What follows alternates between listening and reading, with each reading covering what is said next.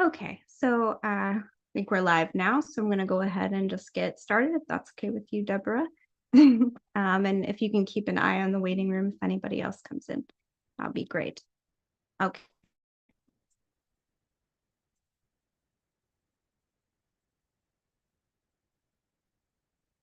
So welcome everyone to How to Navigate Religious Differences in Our Divisive World.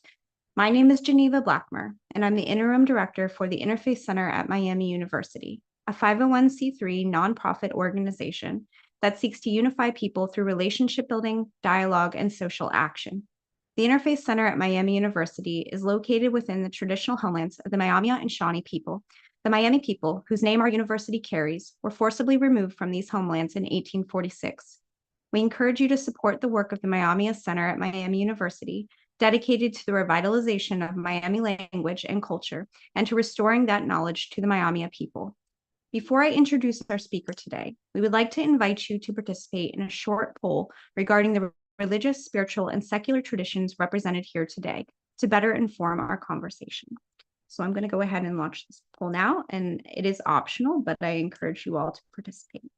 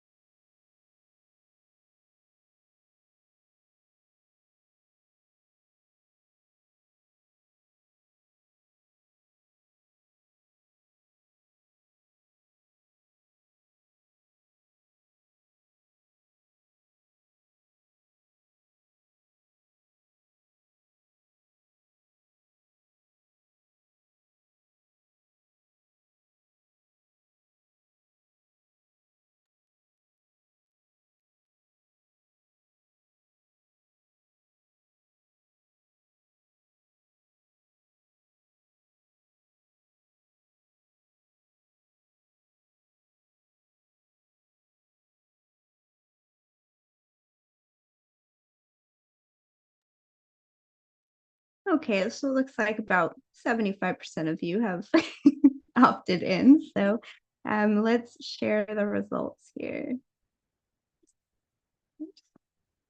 Oh, perhaps it's not.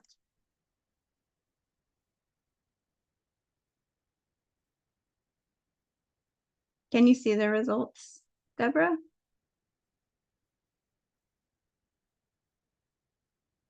No? Okay. We just see our own response. How interesting. Okay. Well, let me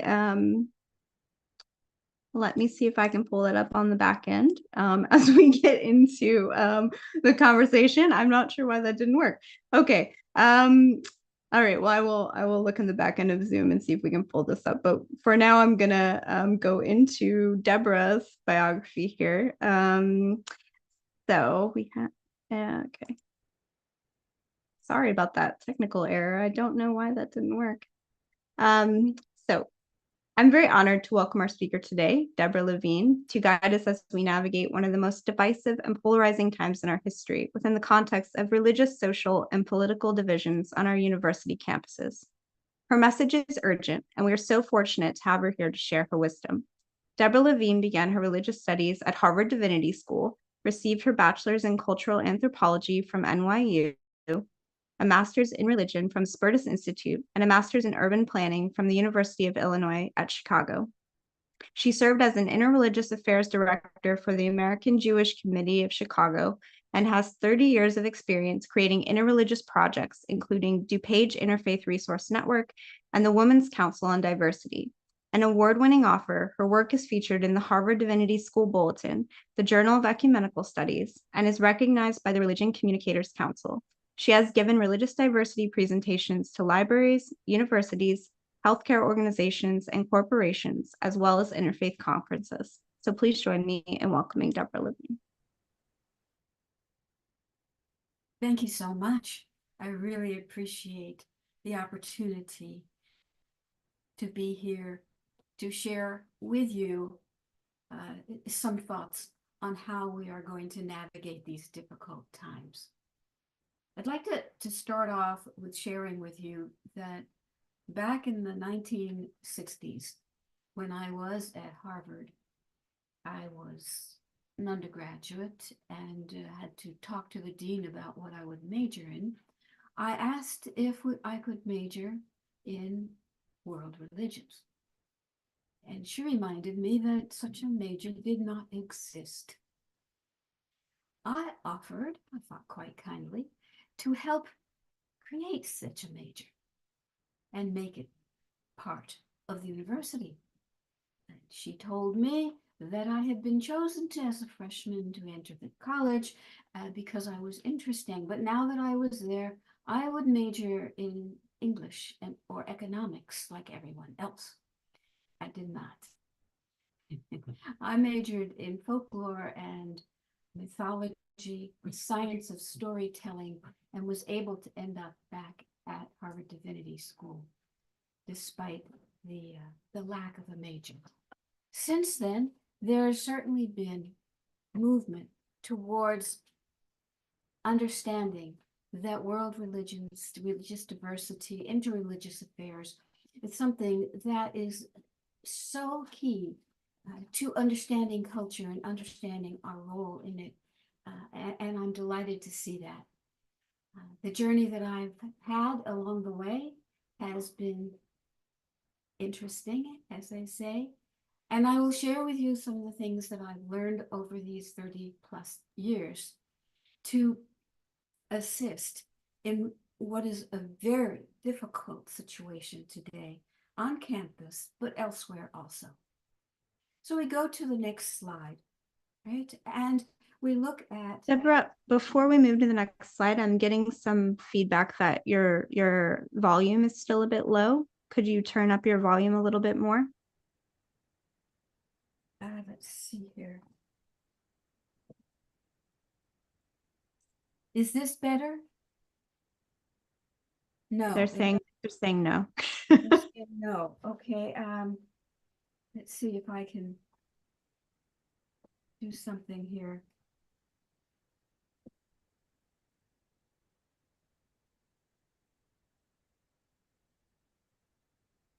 Is this better?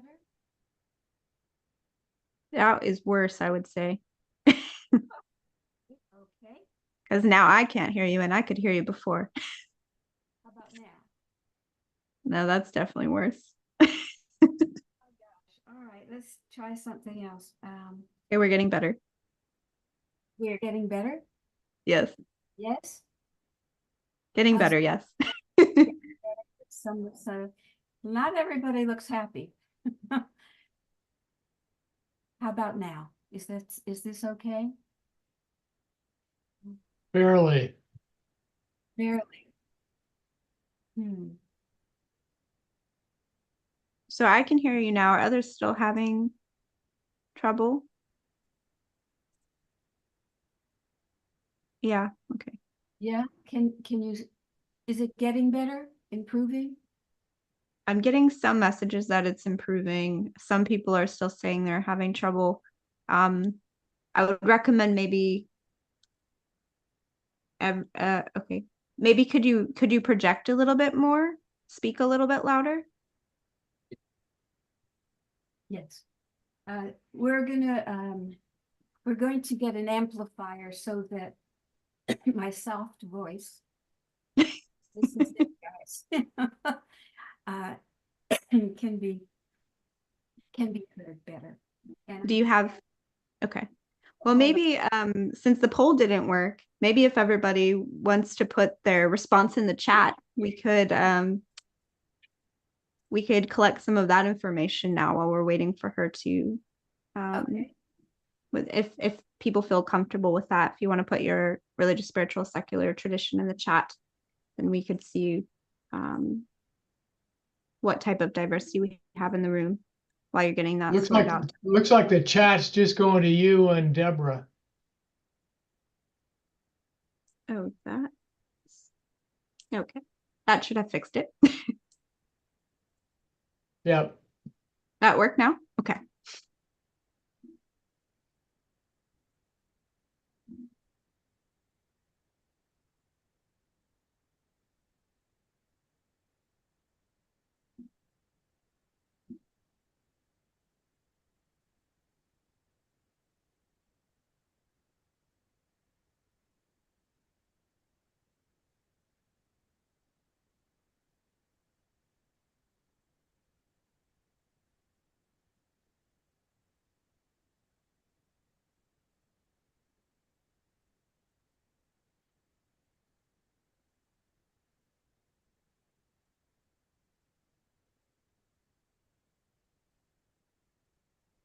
How's this? Is this better, folks? Can you hear me now? Better for me. Okay, everyone's saying yes. Great. Yay. But Those- project as much as you can. Will do. Hold on. Even Good. more.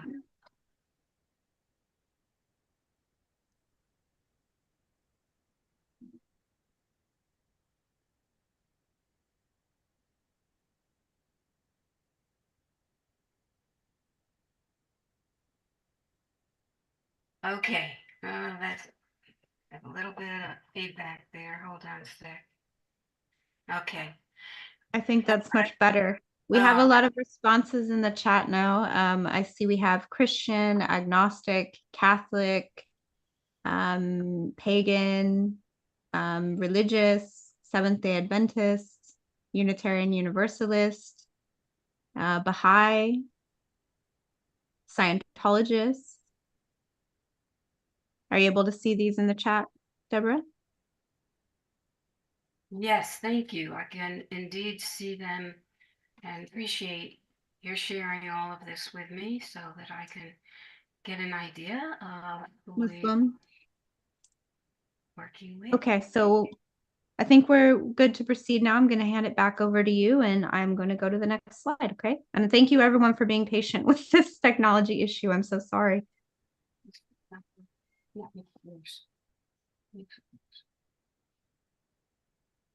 Okay, so I'm trying to make sure we don't have a feedback that annoys y'all. All right, let's try this, okay? So, the interfaith mission. Technically, interfaith refers to Abrahamic religions, and interreligious is a wider, broader term. But in today's world, we often use them interchangeably, and we will today. And it's an amazing effort to create cooperative, constructive, and positive interactions between people of diverse religious traditions, spiritual, humanistic beliefs. And I will share with you that when I first started the DuPage Interfaith Resource Network in 1991, I don't believe there was an interfaith center in existence, certainly not in the Chicago area. And so we had to create much of it ourselves. And we did. And we're going to share some of what we learned during that period in our next slide.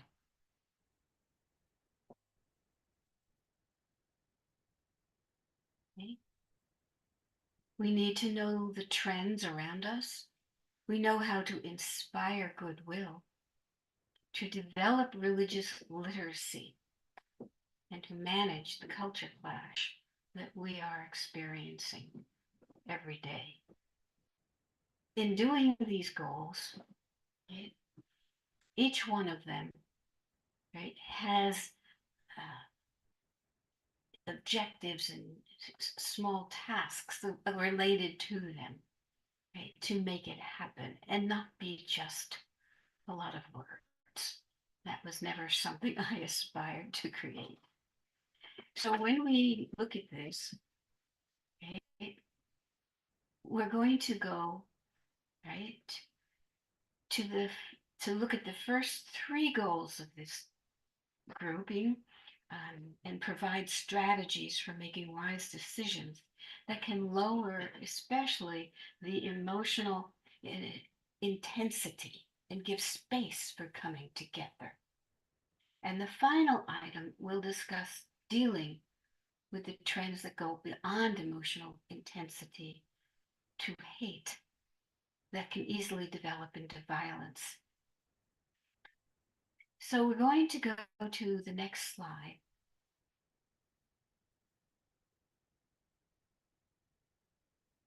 Okay, and it is the trends. And I see somebody suggested something about the sound thing. Can you raise this up a little bit? I've turned the captions on. Is anyone seeing those? Geneva, we have to turn the captioning on our own computers. So if people are able to see the Zoom menu at the bottom, if you click more, where there's 3 dots on my screen, it's on the bottom right. And then you should be able to see captions. If you click on captions, then you can show captions, and it's pretty accurate in picking up what Deborah is saying as she speaks.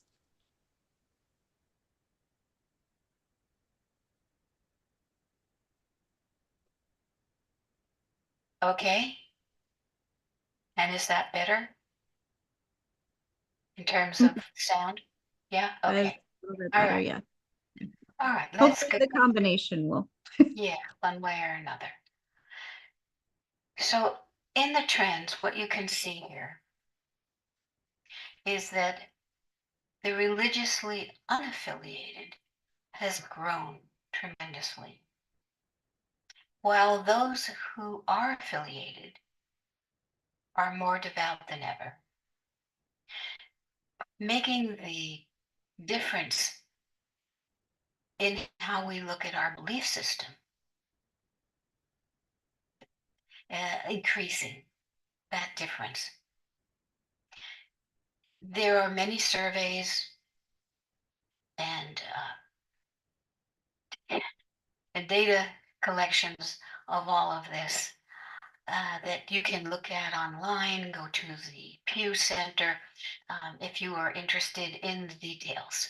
But for now, we're going to go to the next slide, right? And look at the cultural shift that is affecting us so much in raising the level of fear and anger and frustration in general that also affects religious conversations. As technology, information and misinformation in the internet, what we get. Politics, right? Connecting religions to politics, especially to the upcoming election, right, is going to be intense. The international conflicts, whether it's Ukraine or Israel and Hamas, also increase the intensity, as you well know. And the policies that are being changed, especially regarding campuses and DEI, diversity, equity, and inclusion, also generate tremendous emotion in the response. Given all of this, right, we are in an environment where it is very difficult for people to come together. But the interfaith environment has always been a place where we are closer to having civil conversation than anywhere else.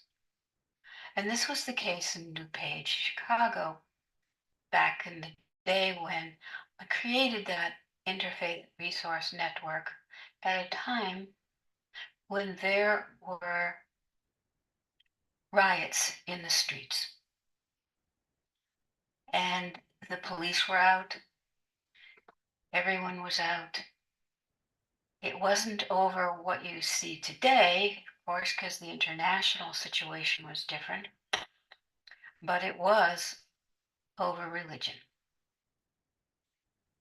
It was actually over a Christmas tree that the high school had moved from its front door to a corner in its lobby.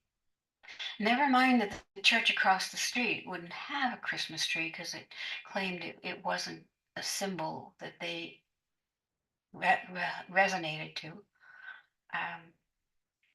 But the same or similar words that we hear today were heard back then. go back to where you came from. So we're looking at something that is unfortunately not new. It is deeply embedded in our culture and has risen to the top. So let's go on to the next slide. Establishing a buffer. We need to have a common language to speak together. And I'm looking at anthropologist Claude Lévi-Strauss, who's one of the founding members of cultural anthropology, who said a unifying egalitarian interpretation of people from all cultural backgrounds using the same basic categories and systems of organization to make sense of the human experience. Now that sounds quite complicated, and it is. And if we go to the next slide, we'll see a chart of what that might look like, the culture map, and why it is so complex to find ways to speak together. Yes, we all have a basic social system that is quite common with religion, economics, government, education, healthcare, and more.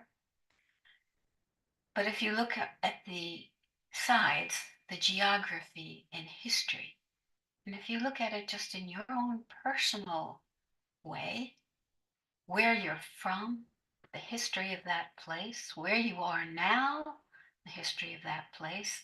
Then you go to the other side and you look at the demographics of where you are, of your culture, of your family, of your own personal kind of legacy in terms of DNA. And then you go up to the top and you pull it all together, and that's when you get beliefs and values. This is basically what Claude Lévi-Strauss was outlining and saying that it was natural, that it would be difficult to collaborate across cultural boundaries. But that's what we're going to do. Next slide. Okay, when we learn about diverse religions, we can help avoid unnecessarily conflicts and culture clashes, especially mistakes, but also offending because we don't know better.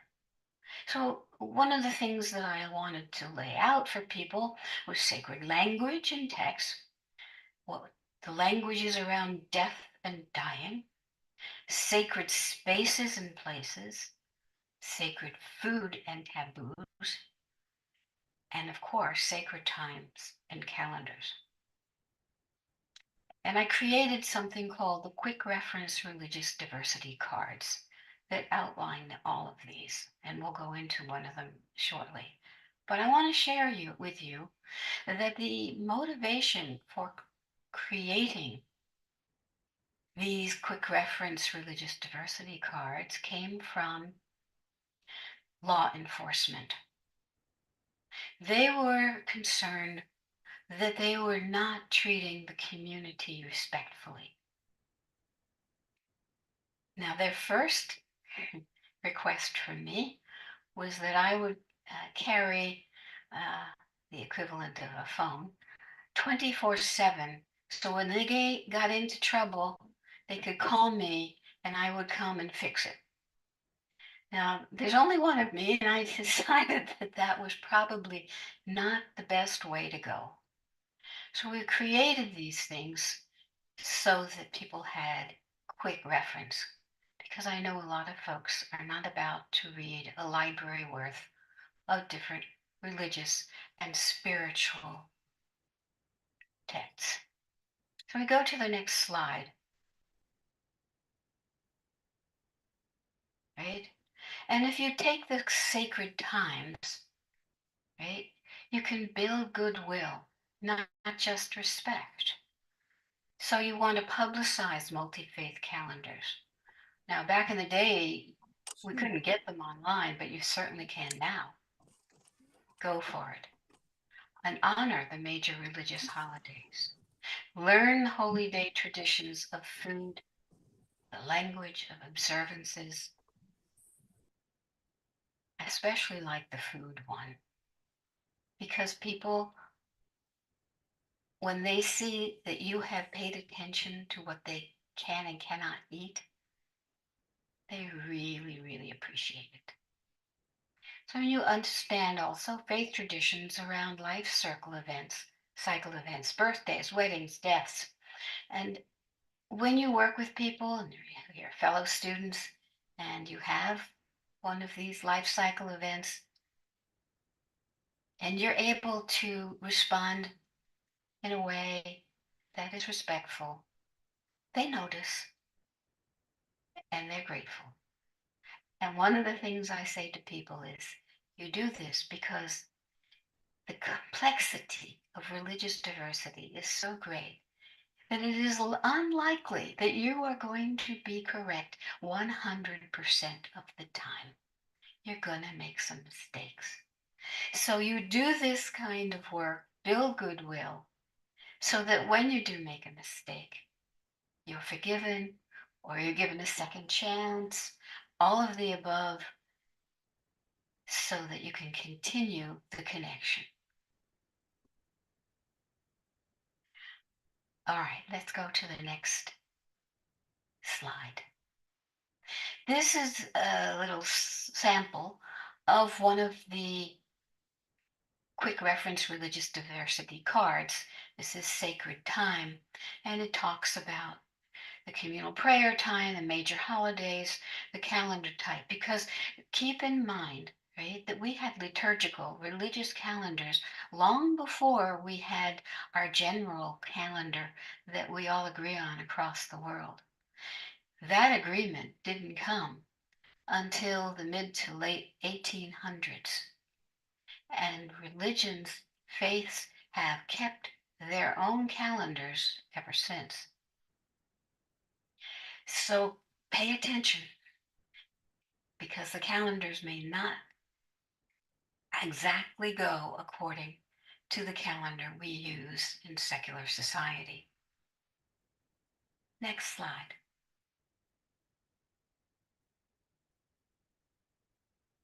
Okay, now, one of the ways to build goodwill that is a favorite of mine is the Common Values Project. The divine is good, and we follow with good works. And here are some samples of possibilities, things that I know I've worked on, and maybe you have too, and you can all probably add to this list. But to come together as a team to work on these things, right, is so engaging, and you help the community. You have a team that has a common goal. And here, when you promote and inspire, right, you can build on that. Have award certificates to honor the good works. Hold a public awards ceremony on campus or in your community facility. Do podcasts with awardees and put them out all over social media. This is how you make a difference, right? You do the work and then you promote it. Let's go on to the next slide.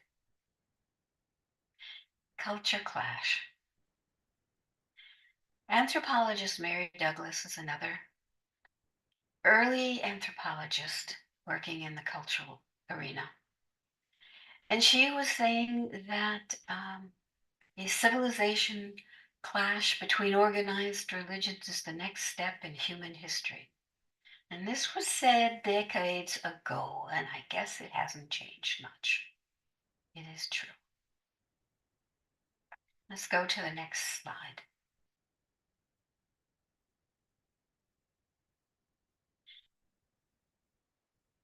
Managing culture clash. That's okay. So sometimes you're going to see it on campus, elsewhere. The hate violence, you'll hear the hate speech, you'll see the vandalism with the symbols and the memes that people know that are destructive. Sometimes threats and online hate messages. There's that old saying, see something, say something. Don't let it just pass. Being silent has never helped in this kind of situation. Let's go on to the next.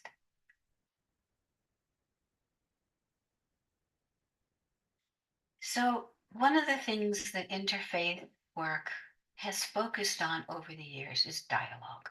Can we talk to each other? Can we sit down around a table and discuss difficult issues? I'll share with you the very first time we brought together the diverse group for the DuPage Interfaith Resource Network. A fight broke out. And it was a fight over something that was happening very far away. They yelled at each other, they slammed on the table, and then they looked at me, the person who convened them, and said, basically, fix this. I really didn't have the ability to fix something happening in a nation far away. But, right, I did have something to say about the conversation. So you don't blame individuals for international conflicts. Okay? This is something that will destroy the conversation right off the bat.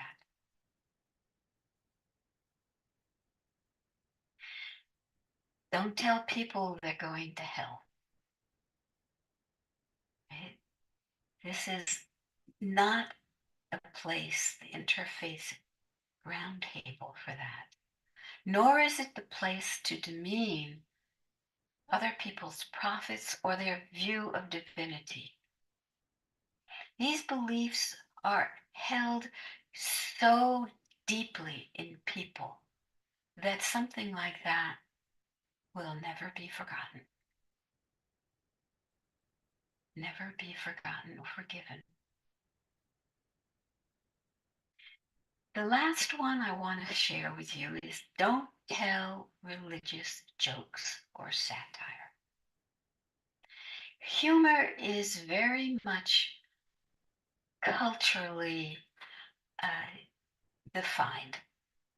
And what you may feel is amusing may not resonate that way with somebody else, especially if you don't know them very well. You're going to tell jokes about religion, about prophets. Don't. Just don't. Because the chances of you alienating somebody to the point where they're not even going to listen to you ever again is high. And that's true about satire, especially, as people will not necessarily get it. And you will be trying to explain it, and it'll be too late. Because keep in mind that these emotional reactions, right, are so deeply embedded, right, that they're going to trigger, right, the fight or flight response. If they're polite, they'll probably do the flight. If they're not, and it's going to be the fight. In neither case is the mission of interfaith going to be held up. So take another look and breathe. It's one of the things I often recommend to people who are having an emotional response. Breathe. So that your adrenal response, flight and fight, is subside. One of the things I teach people is it takes 3 weeks to create a habit of breathing when you get to the point where you're going to be emotionally almost uncontrollable. And so I expect, or I'd hope, that each one of you, every day, right, when you feel yourself getting that emotional, breathe and back off. Breathe and back off. So you have a new skill set. Next slide. So here are the things you might do in dialogue. Ask questions. Don't assume. Don't think you know everything. Ask questions. You'll always find wonderful answers. And people like to answer questions. Okay? Especially if your body language and tone of voice is helping. It demonstrates that you're listening. Now, a lot of people tell you, oh, you just have to be a good listener. And you wonder, oh, okay, I'm hearing you. But there's more to it than that. It's the look on your face, how you hold your body, where you're standing, how you are nodding or not, how you respond physically. Keep that in mind and pay attention, because you have some control over that. And you want to use all of those things, your smile, your eyes, everything, to the best advantage possible. And if you do make a mistake, apologize. Apologies are part of, oh, I'm sorry, I didn't want to make a mess. That's what I often say. And what are they going to say to me? Well, you made a mess. I said, I know. Can I take it back? Can I make it better? Tell me how. Ask the question. Now, you're going to want to keep learning so that your mistakes get fewer and fewer. That means you read and you make your learning ongoing. I've been doing this work for decades. I'm still learning, always, because the world changes. Your audience changes. The emotional environment changes. So must you. Adapt. Next slide. Okay, now here we have in our world the specific group of tensions around the Middle East that is causing tremendous havoc in so many campuses and elsewhere. An interfaith center has an opportunity, right, to be able to have a conversation about this. Not easily done. And you might want to create a subcommittee specifically for it with the Abrahamic faiths. That's Christianity, Islam, and Judaism. You limit the number of people in this pilot project, and you don't let, the people come and go and be different all the time. They are your executive committee. They need to know that. And I really feel very strongly, right, that they should develop the reading list for the dialogue in this group, right, together, and create guidelines for dialogue. When I was in Chicago and first hired by the American Jewish Committee to oversee the Catholic Jewish dialogues, the first thing that I came across was a policy of guidelines of what that might look like. And there were maybe 30 different dialogues across the whole city, but the policies were written down and they were given to the leaders of each of these dialogue groups. They helped make sure, right, that the dialogue was civil and productive. And ever since I saw that, I realized if you don't have a written policy for dialogue, guess what happens? Yeah, nothing good. I've done this with schools and community work, asking if they've had a policy and helping them create it if they do not, so that everyone knows what is expected of them. Next slide.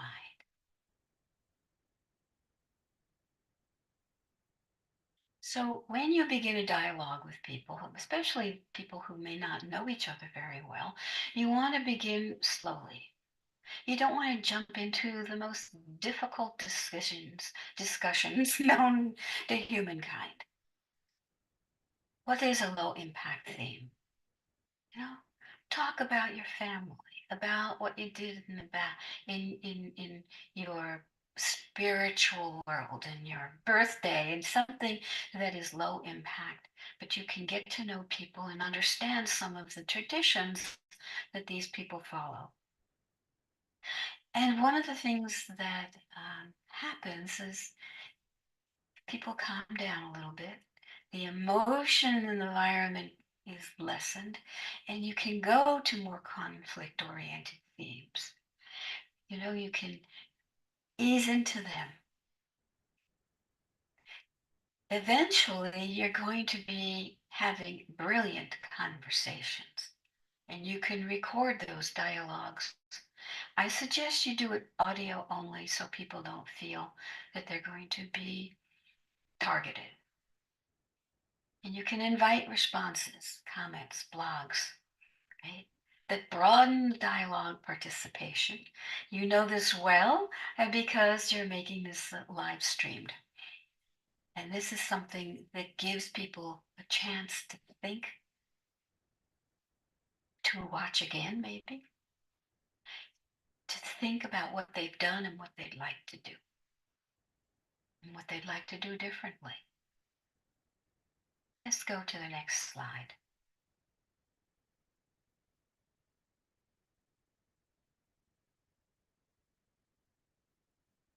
Okay, you're going to want to continually broaden your influence now that you know so much.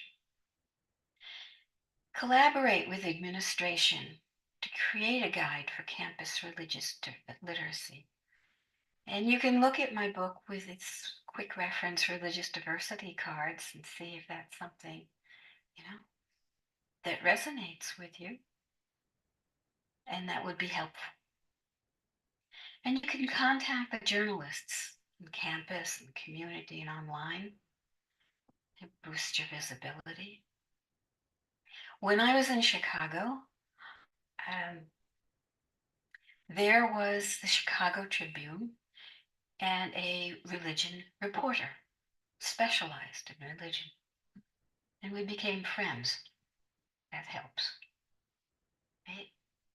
And he wrote about what I was doing, and I assisted him in writing.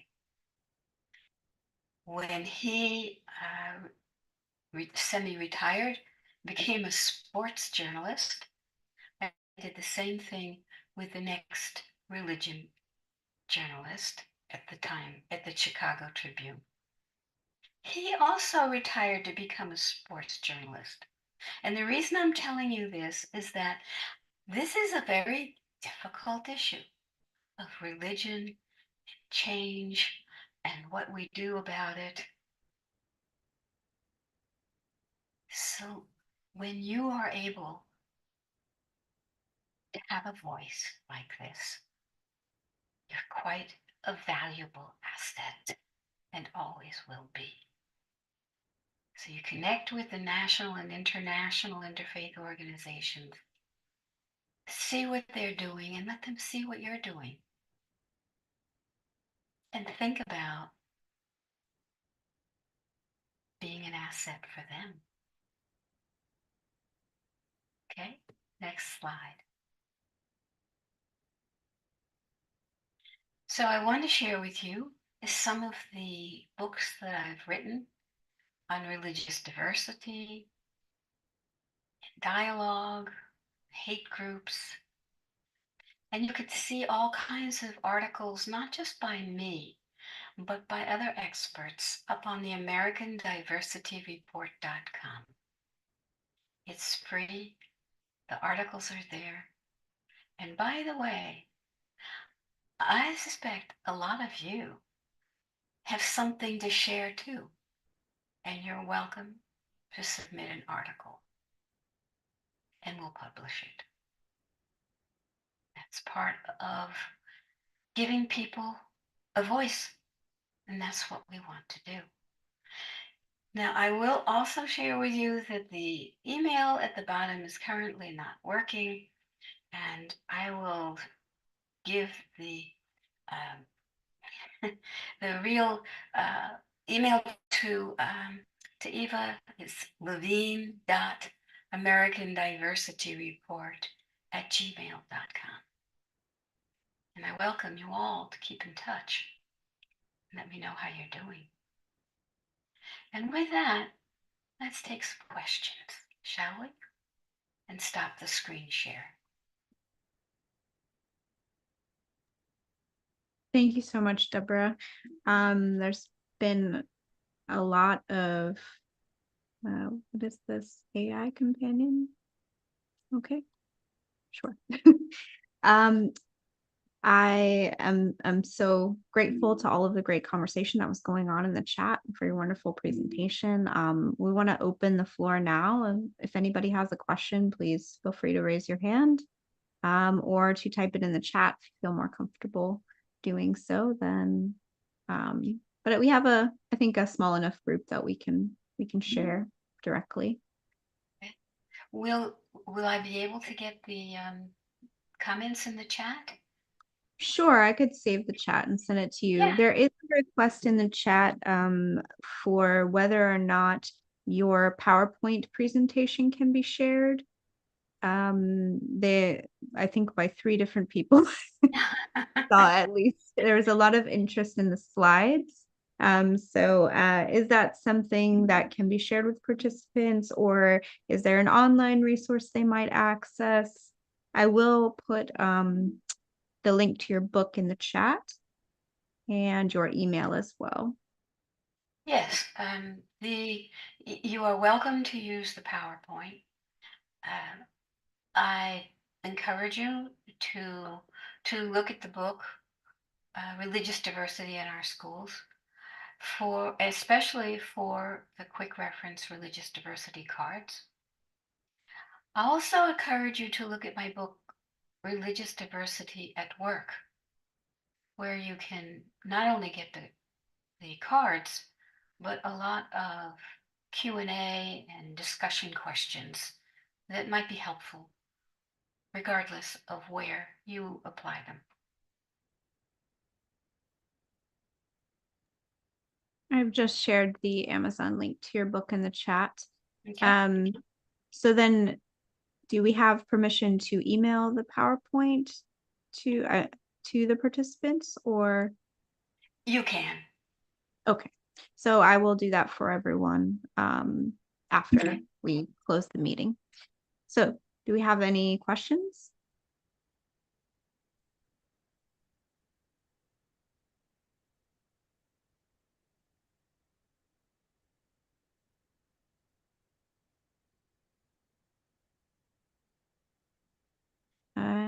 Hmm, A raised hand here. Margarita? Yeah, hi. Deborah, it seems to me like a common theme here is to build this religious literacy into the campus culture, into the curriculum, and then make sure that like in any conflict resolution, we have built proactively the relationships and the communication so that when conflicts do arise, because they will arise, then we have a foundation built. Am I hearing you right about that? Yes, that's very true. So the religious diversity, quick reference cards, and the ability to show respect with that religious literacy is something that's never going to go to waste, right? Even if you don't have a conflict. But if you do have a conflict, right, then it gives you some basis for dealing with it. And if you have created, right, a group, and I call them not just dialoguers, but basically diplomats, right, who can talk about interfaith work and deal with it on other people's behalves, right? You're way ahead of the game. And that's the key, be ahead of the game.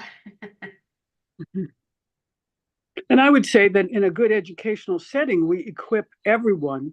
We probably can't, a committee is a great place to start, but we can't rely on that. Like you say, you can't go out and solve every conflict. But as part of the mission of our universities and colleges and campuses and high school, that people have the religious literacy and the conflict skills to be able to have these dialogues.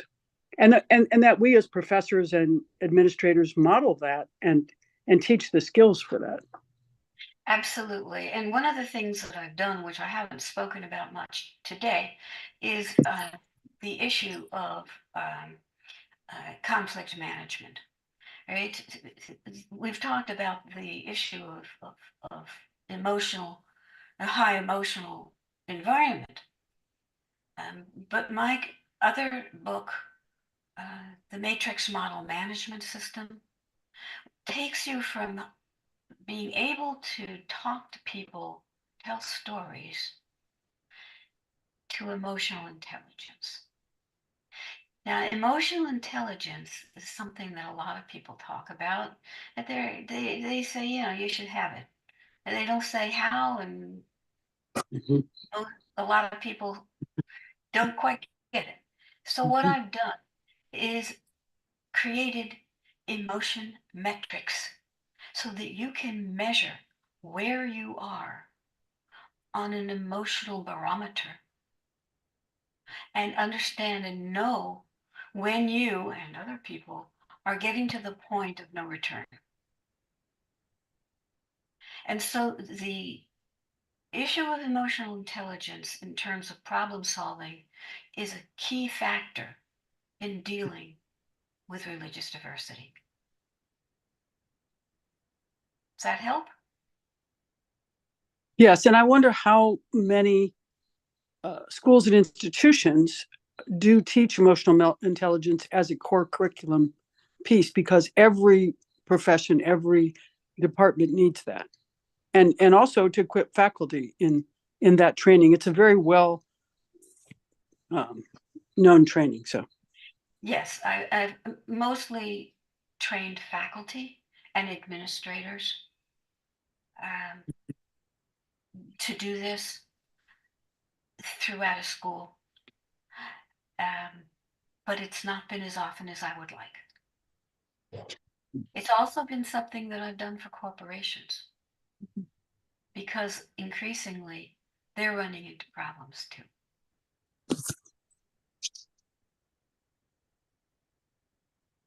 Okay, I think we have some other hands up. Yes, I have a question. Thank you, first of all, for a lovely presentation. Really appreciate it.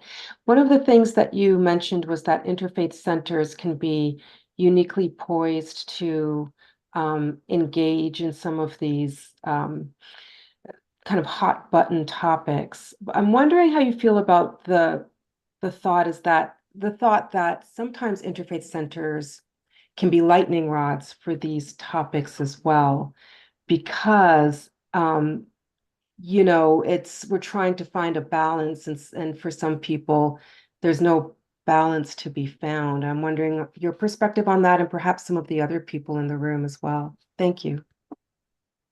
Thank you. An excellent question, especially these days. And it's a stupid thing. So one of the things that um,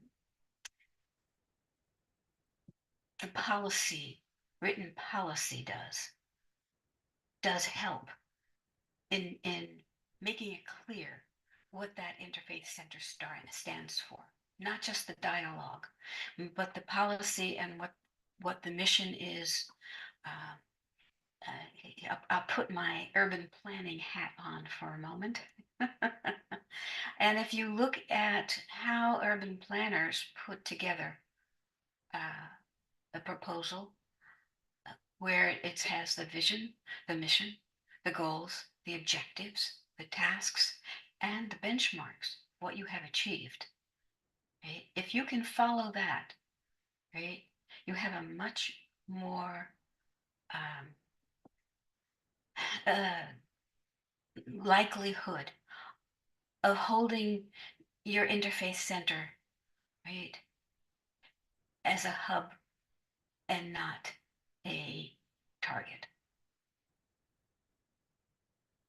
That's one of the major things. The other thing is you have to think about the kinds of work that you do in the community. Now, for us in the DuPage Interfaith Resource Network, we wanted to have panel discussions. And we would have vetted each of the panelists, and we could invite the whole community and journalists and whatnot to these discussions. They were amazing. You know what it's like to have a discussion? What should the head of a library do when he and his family get death threats? Letting people know what's happening, giving it a personal kind of view, having a discussion in the community. It never happened again. So that's some of the ideas I can offer you.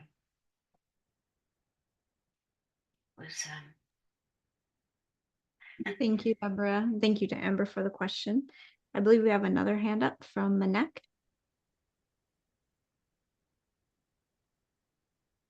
Thank you. Very good presentation and good slideshow, which I have also requested a copy of for my use in our interfaith organizations events like that, or dialogue type events. My question was, that there are unfortunately there are some religious representatives who try to recruit, people from other religions, even though they themselves publicize themselves as, respecting all religions, but then they, try to recruit them to their religion, even though they respect the others. It's kind of like a, kind of a disconnect or something. What was your opinion on that? Well, thank you for asking. It is a complex question, but one that has always been relevant. And one of the things that we looked at was, again, the policies of what should be done, what can be done, and to recruit people who felt comfortable with those policies. Right? The issue of recruitment to a religion is often a theological one, and I don't demean it in any way. But in an interfaith center, it's not the goal. It's key as you create this group, right? Is to the policies and who is going to be able to follow them. If people aren't comfortable with it, then maybe they need to be someplace else, or you can create a subcommittee. Now, I wanted to share one subcommittee that I did create, and doesn't really answer your question, but thinking about it, it was a subcommittee of women. Thank, Okay? thank, Yeah, of women who would come together, okay, to talk about their lives and what they could do to heal the community. And the issue of recruitment never came up. Just saying. So it's a thought, because you have to be creative to get around some of these very difficult, complex issues, right?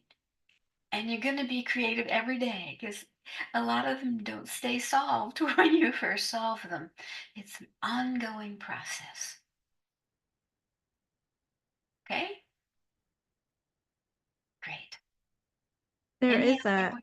bit of a similar question in the chat, or in the same vein. Is it proselytizing to request youth to consider other faiths as part of their education? Comparative religion courses are typically at the college level.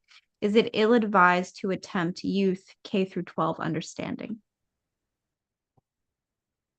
Right. So,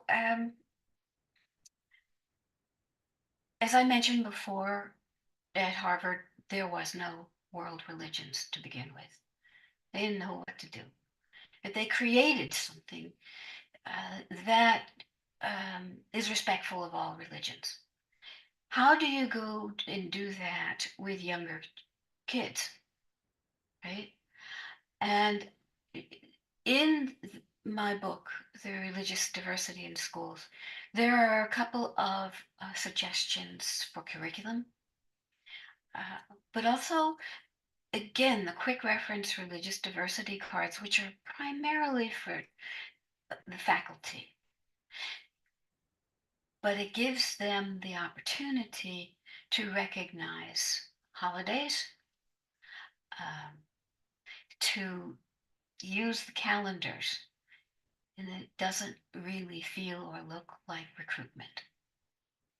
It is simply a knowledge of global leadership. That's what I call it. Global leadership.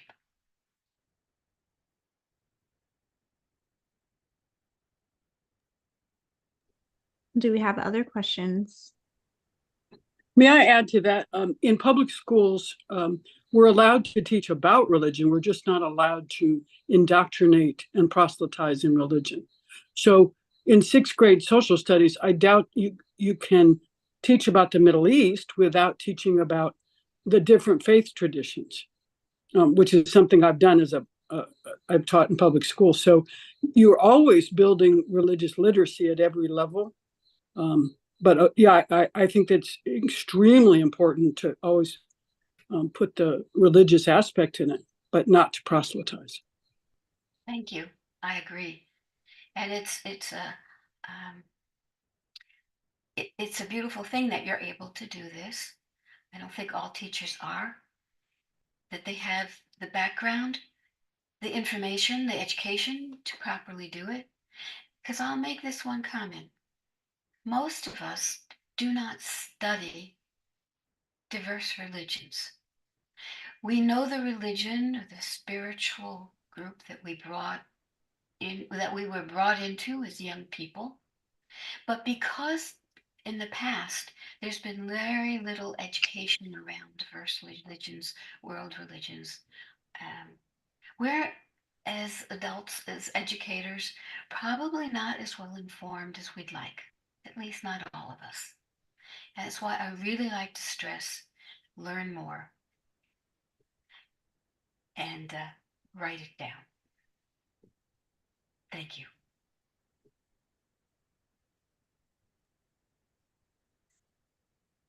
Reverend Bhatti, did you have a question? I see you wrote a comment in the chat. Yes, yes. Maybe I have a question. Maybe it's not relevant, but in the since I'm working since long, maybe 25 years with interfaith. But previously I was in Pakistan, but there was a conflict in interfaith, and they should call it inter-religious dialogue. They prefer this. And one thing more, what we were facing problem before interfaith dialogue, it should be an intrafaith. I mean, between the Christianity groups, between Muslim, Shia, Sunni, Christian, Catholic, Protestant, they must be in one platform. Because if someone from that, if I'm Anglican, Presbyterian, if I start, maybe Catholic will not listen my talks. Before that, we have a dialogue with the interfaith. That is very much because in Pakistan and in many countries there are conflict in the religion faith, although they are Christians, but Catholic, Protestant, and Anglican, Methodist, and many. They should be common faith. One thing more, we are motivating. I am a co-founder of a Better Community for All, Canada and Pakistan as well. I want to say something because we are working together, and my one colleague Nasreen, she is also here. So it should be, I think, that presentation which that lady, that's marvelous. Really, it's a new for me. So I would like to. I have written that I need those slide shows and notes if possible. So on the whole, I appreciate all this session and the person who are talking, and that all is very good, marvelous. God bless everyone. Thank you. Thank you. And I totally agree in that when you talk about Christianity, there's tremendous diversity within it. There's tremendous diversity within Judaism, Islam, and elsewhere, right?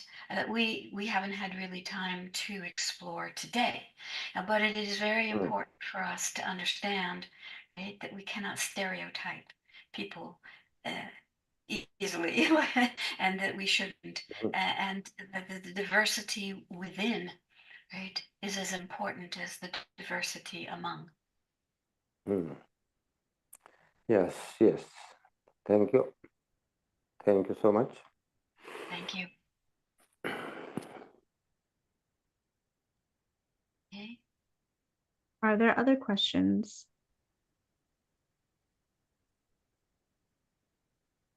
I think there are a lot of comments in the chat, but I'm not seeing any questions yet. So I'll go ahead and ask a question if I can. So the Interfaith Center and Miami University in general, and I think like many universities across the United States have been facing a lot of unique challenges at this time and a lot of tensions on campus, particularly between our Jewish and Muslim communities. And the Interfaith Center has, I think, been in a space where we're really trying to struggle to mediate between these groups, as well as maintain our neutrality so that we can be of support to both. And so I'm very interested in, your mention of this formation of a Abrahamic subcommittee. And I'm curious what the demographic composition looks like in that on a university campus. Is it, comprised of students? Is it students and faculty, or students and faculty and, maybe campus ministry, other types of faith community leadership? What does it look like in terms of how could one, if they wanted to do this on their campus, how would they go about forming such a committee? Because very perhaps good- this is yeah, something that we should do, right? A very good question, because this is difficult to form and to keep going. So in order to do that, one possible way to start, right, would be with faculty. And you would want to choose faculty who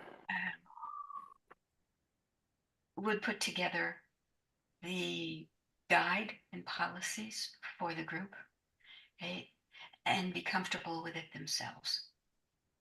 And then they could appoint some students to join to start off with before you open it up to whomever, right, because of the difficulty of the issues. I think that might be a good way for a startup. It's going to be difficult anyway, of course, but it will give you the ability to handle it on campus. And I stress that it's campus faculty as opposed to community leaders, right? To start off with, keep it on the campus. And then you can invite community leaders to be speakers or whatnot at some point. But keeping it small and narrow in the beginning gives you the most control and of the outcome. And if there are problems, it's easier to correct them. Does that make sense? Yes, definitely. Thank you for that. Okay. Do we have other questions?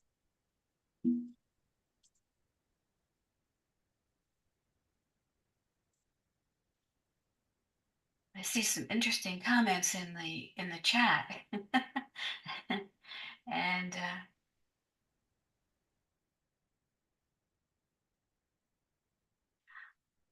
I really want to share one last thing. A few years ago, right, Blue Cross Blue Shield here in Tennessee, in Chattanooga, Tennessee, decided what they were going to do was to have a bus tour of the different religious facilities in the community. And it recruited us to go and share who we were when they came to our religious institution. It gave people an opportunity, sort of a field trip, right, to see how people worship, where they worship, to hear from the leadership about what was important to them. It wasn't necessarily a discussion, but it was an eye-opening opportunity. And it's just something that as you develop your subcommittee, right, that you might want to consider. Okay?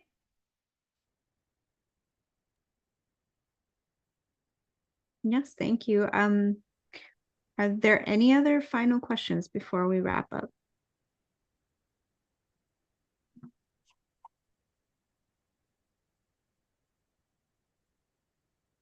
Okay, well, not seeing any more hands, but so I want to just thank all of you for attending, for all of your thoughtful insight and comments in the chat and questions, and to Deborah for your time and your wonderful presentation on this very timely and important topic. I encourage all of you to purchase Deborah's book. I have put that in the chat. And I will send an email out with her PowerPoint to all of the registered attendees, as well as whatever additional resources you might think would be useful, Deborah. I know you've mentioned a couple. So thank you again to everyone, and we hope to continue to see you at the Interfaith Center programming in the future. We have a lot of great events coming up, so I encourage you to subscribe to our newsletter and follow us. So thank you, and have a great day. You.